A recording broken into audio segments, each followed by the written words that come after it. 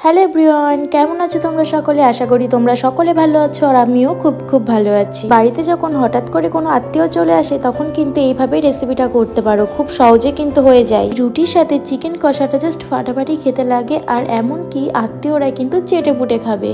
1 ঘন্টা আগে চিকেনে যে মশলাগুলো লাগে সেই মশলাগুলো দিয়ে চিকেনটাকে ভালো করে কিন্তু মেখে নিয়ে 1 ঘন্টা আমি ঢাকা দিয়ে রেখেছিলাম ফ্রিজের মধ্যে, যে কারণে প্রচুর পরিমাণে চিকেনটা সফট হয়ে গেছে। তো রেসিপিটা করতে আরো ইজি হয়ে গেল। তো এবারে ভালো করে গরম করে নিয়েছি কড়াইটা, তারপরে দিয়েছি সর্ষের তেল। সর্ষের তেলটাকে গরম করে 5 ফোড়ন তেজপাতা দিয়ে মশলা মাখানো চিকেনটাকে তেলের মধ্যে দিয়ে ভালো করে নাড়াচাড়া করে নিয়ে এবারে ঢাকা দিয়ে ঢেকে দেবো। এবারে খুব ভালো করে কিন্তু কষিয়ে নেব, বারবার নাড়াচাড়া করার কোনো প্রশ্নই ওঠে না। তো এক চান্সে 25 থেকে 30 মিনিট পর আমি ঢাকাটা খুলে দেখলাম আমার কিন্তু চিকেন কষাটা পারফেক্ট ভাবে রেডি হয়ে গেছে। তো দেখো কত সুন্দর লাগছে, গ্রেভিটা একদম পারফেক্ট, রুটি দিয়ে কিন্তু বেশ লাগবে এটা খেতে।